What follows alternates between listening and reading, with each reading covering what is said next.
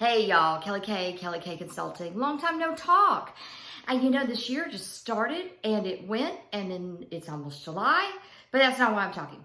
So I've got a question for you because I have questions. My mother probably would agree that she has said to me before, your first question was why? So here's a question for you. Do you replay conversations in your head? Guilty. And I've learned how to tame it, but I am that person that will replay conversations that I've had in my head, thinking through ideas that came up, something that maybe I disagreed with, something somebody disagreed with me on. I just kind of replay these questions in my head and these conversations in my head. And so one of the things that I wanted to ask you is, do you do that? And does it serve you? For me, one of the things I've been pondering this morning was a conversation that I had with a friend who's around my age, but it was very similar to the same conversation I had with some other people around my age last weekend. And that was around dealing with the expectations of others. Can you relate to that? We all, maybe to some degree, have been given or have felt the expectations of other people.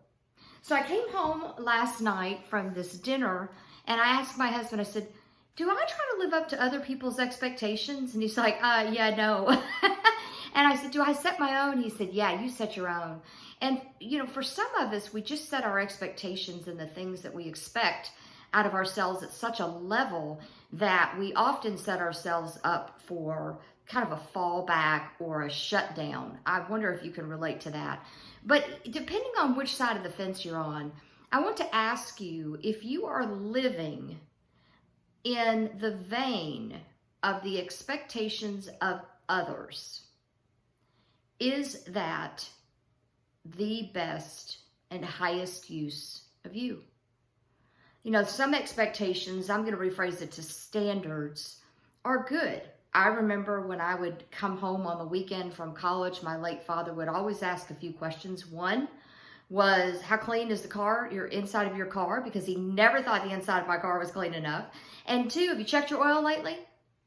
And I must admit that maybe 1 out of the 4 years that I was an undergraduate, I checked my own oil.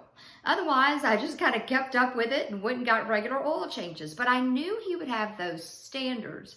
And he'd kind of poke in my car and, it was just the way he was. You could have eaten off the garage floor in our home. He was just that away about standards.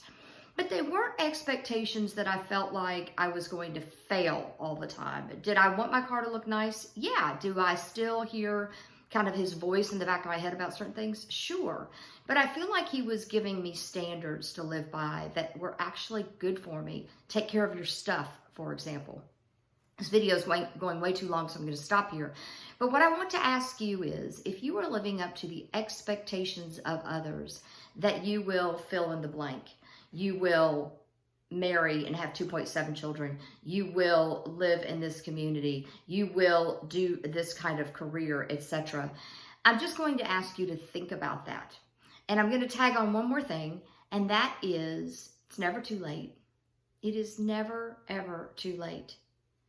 For me, some days I think, Kelly, why are you pursuing this coaching and consulting in your 50s? But I am not going to look back at the end of my life and go, I wish, I should have, could have.